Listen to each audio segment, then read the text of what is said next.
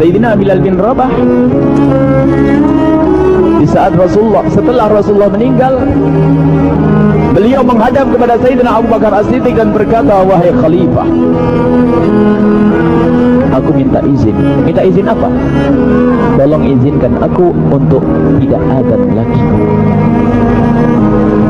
Sayyidina Abu Bakar berkata, wahai Bilal, aku tidak akan menurunkan orang yang pernah diangkat oleh Rasulullah. Diulang lagi, wahai Abu Bakar, tolong dan tolong izinkan aku untuk tidak adzan lagi. Dijawab oleh Abu Bakar, Sayyidina Abu Bakar, tidak, kecuali engkau punya alasan. Alasanmu apa kau minta untuk tidak adzan lagi? Akhirnya Sayyidina Bilal memberikan alasan dibarengi dengan derai air mata. Tiba-tiba Sayyidina melihat ke menara, lalu melihat ke kubur Nabi Muhammad yang dulu adalah kamarnya Nabi Muhammad. Melihat ke menara lalu melihat ke kubur dan berkata, wahai Abu Bakar, kebiasaanku dulu di waktu Nabi Muhammad hidup adalah sebelum waktu solat aku membangunkan Nabi Muhammad. Aku datang ke tempat Nabi Muhammad dan berkata, ya Rasulullah, waktu solat. Dan kadang Nabi Muhammad yang datang ke tempatku lalu berkata, Bilal, waktu solat. Kemudian setelah itu aku bersama Nabi Muhammad mendekat ke menara dan aku naik. Nabi Muhammad melihatku, lalu aku menghadap ke kiblat. Sebelum aku adzan, aku selalu menoleh kepada Nabi Muhammad yang di tempat itu. Kemudian aku melakukan adzan dan setelah itu aku turun disambut oleh Rasulullah, dan itu aku lakukan sehari 5 kali dan berulang-ulang, sehingga sungguh suasana keadaan itu mengingatkan aku kepada Rasulullah, sehingga aku tidak mampu melakukan lagi adzan saat ini. Wahai Abu Bakar, nostalgia dengan Rasul. Akhirnya Sayyidina Abu Bakar pun menitikkan air mata dan berkata, kalau memang alasanmu seperti itu, wahai Bilal, boleh. Akhirnya Sayyidina Bilal pergi ke Syam beberapa hari, bahkan beberapa bulan yang cukup lama. Tiba-tiba suatu malam Sayyidina Bilal bin Rabah bermimpi ketemu Rasulullah, yang saat itu Rasulullah menegurnya. Ditegur oleh Rasulullah dalam mimpi, ya Bilal, ma hadzal jafa, lima lam tazurni. Cerita ini diriwayatkan oleh Ibnu Asakir. Wahai Bilal, alangkah kerasnya hatimu, lama kau tidak kunjung kepadaku, wahai Bilal. Saat itu Sayyidina Bilal terbangun menangis dengan tangis yang sangat, sehingga para keluarganya ketakutan. Ada apa Bilal? Ada apa Bilal? Menangis seperti tidak seperti biasanya, menangis yang luar biasa. Sayyidina Bilal hanya bisa berkata, sungguh aku saat ini merasakan rasa takut yang sangat, dan aku tidak pernah takut seperti saat ini. Memangnya kamu kenapa, wahai Bilal? Aku bermimpi ketemu Rasulullah. Rasulullah, kenapa? Aku bertemu Rasulullah dan ditegur, wahai Bilal, alangkah keras dan gersang hatimu, mana kerinduanmu kepadaku, lama engkau tak kunjung kepadaku. Aku takut ditinggal oleh Rasulullah. Aku ditinggal Rasulullah. Akhirnya para keluarga Sayyidina Bilal mengatakan, Bilal, kelihatannya memang waktunya engkau ziarah kepada Rasulullah, maka pergilah. Pergilah Sayyidina Bilal bin Rabah dengan kendaraannya, dalam riwayat onta atau kuda, dalam riwayat keledai. Berjalan Sayyidina Bilal bin Rabah ke Madinah, dan sungguh perjalanan indah karena perjalanan untuk menuai kerinduan, menuju orang yang sangat dicintai, menuju kubur Nabi Muhammad sallallahu alaihi wasallam. Berjalan Sayyidina Bilal dengan perjalanan yang tidak pernah kenal lelah, yang tidak pernah kenal lelah, berjalan dan tidak mau istirahat, karena yang ada di hati Sayyidina Bilal adalah segera sampai ke Madinah.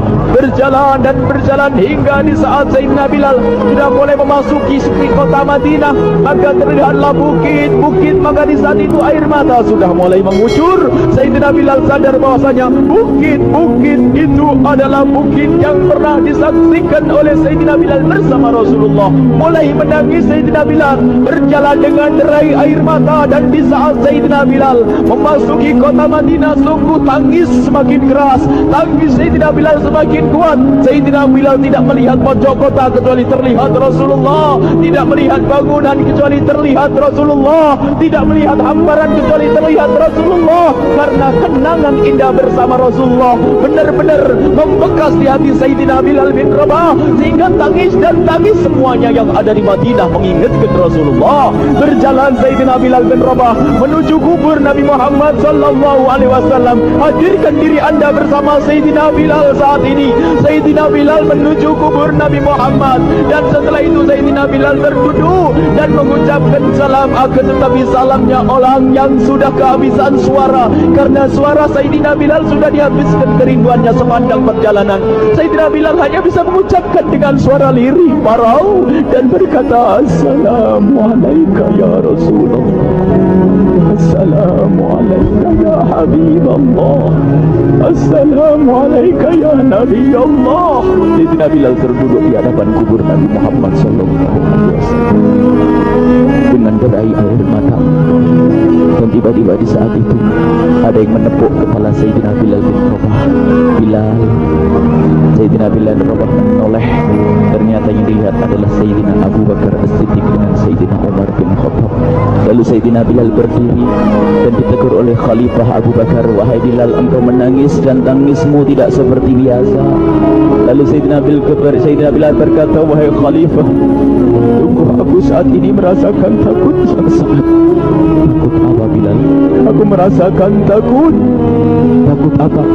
Takut ditinggal oleh Rasulullah. Memangnya kenapa engkau melakukan dosa apa? Aku bermimpi ketemu Rasulullah. Rasulullah menegurku, dia, Bilal, alangkah keras hatimu, mana kerinduanmu. Lama engkau tidak pernah kunjung kepadaku.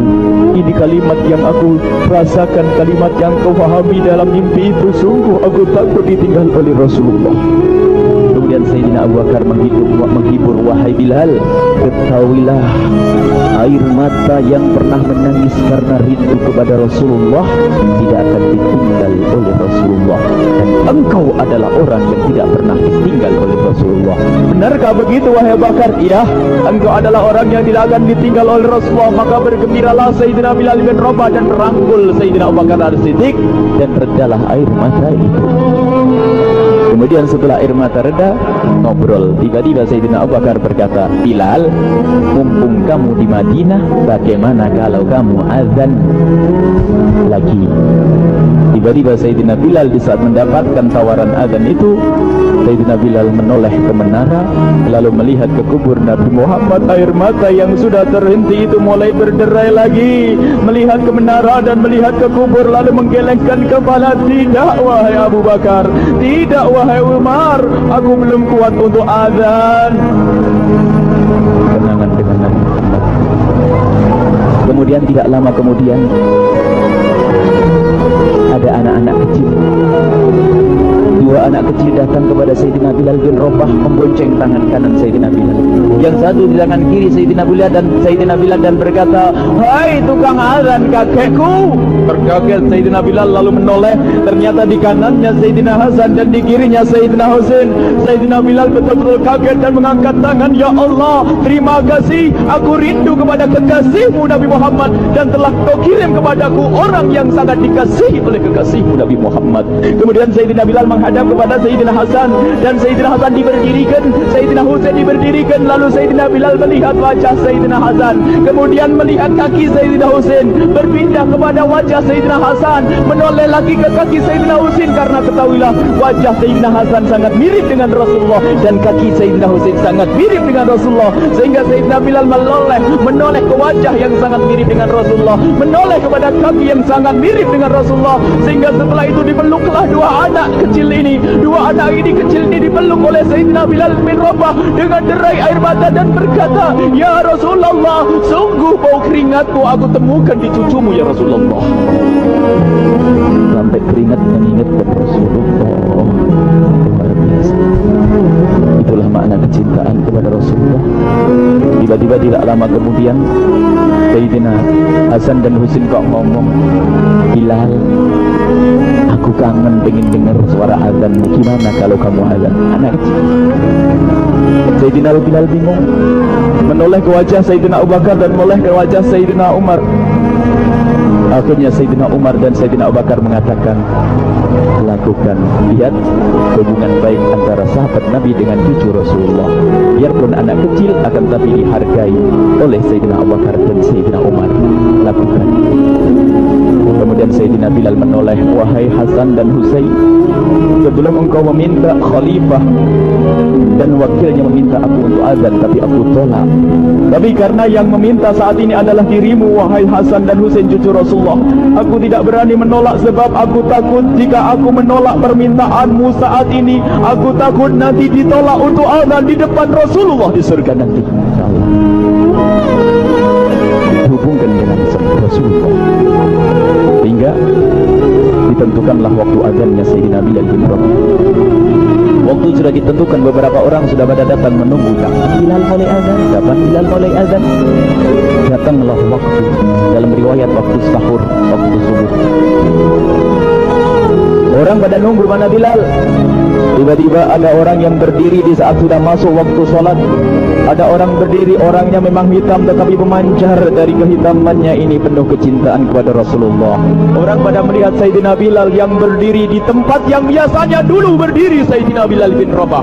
Maka suasana itu telah mengingatkan kepada Rasulullah sehingga mulai berjatuhan air mata dari orang yang hadir di tempat itu. Kemudian Sayyidina Bilal berjalan dan jalannya Sayyidina Bilal tidak berubah seperti dahulu. Maka semakin kuat kenangan mereka kepada Rasulullah sehingga yang hadir di masjid pada mulai menangis dan berjalan.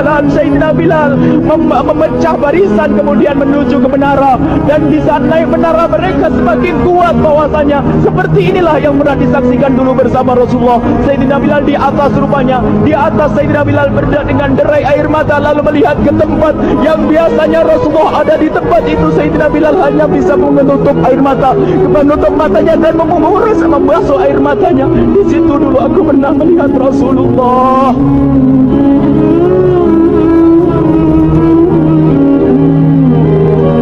Tangis orang yang hadir di masjid barengi dengan tangisnya Sayyidina Bilal bin Rabah, hingga disebutkan tidak ada tangis di Madinah lebih banyak, lebih dahsyat daripada saat itu.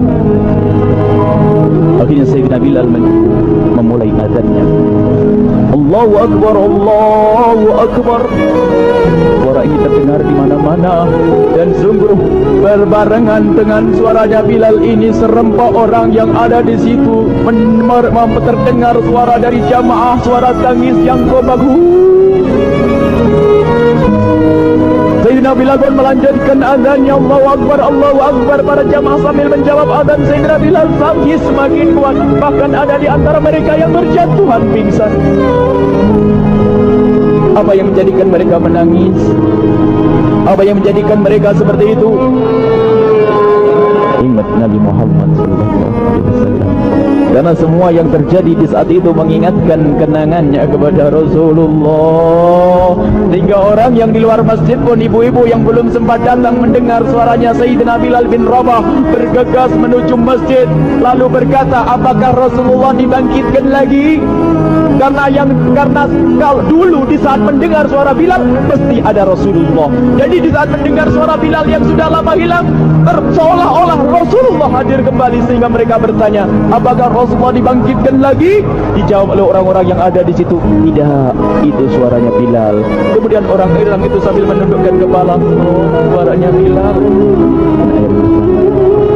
Sayyidina Bilal melanjutkan azan beliau dan sampailah azan beliau, asyhadu an la ilaha illallah, asyhadu an la ilaha illallah. Suara tangis semakin ramai hingga sampailah Sayyidina Bilal bin Rabah kepada kalimat asyhadu anna Muhammad. Hilanglah suara Sayyidina Bilal. Ternyata Sayyidina Bilal terpingsan saat itu di saat menyebut kalimat Muhammad, dan ternyata saat itu pun dibarengi dengan orang-orang yang seperti Sayyidina Bilal tak ada jatuh. Hingga di saat tersadar Sayyidina Bilal hanya bisa berkata, lanjutkan, aku tidak mampu melanjutkan. Masya Allah, ini adalah makna kecintaan. Tinggal kita melihat di saat kita membaca nama Nabi Muhammad disebut seperti apa kerinduan kita kepada Rasulullah. Inilah hanya sebagai perbandingan, biarpun tidak sebanding. Minimal kita mengoreksi bagaimana di saat disebut Nabi Muhammad. Bagaimana kalau kita sebut tentang Nabi Muhammad, kita nomor satu, kita utamakan di rumah kita utamakan di dalam kehidupan kita Rasulullah sallallahu alaihi wasallam. Al-mar'u ma'a man ahabba, al-mar'u yusharu ma'a man ahabba, anta ma'a man ahbabta. Seorang nanti akan bersama yang dicintai.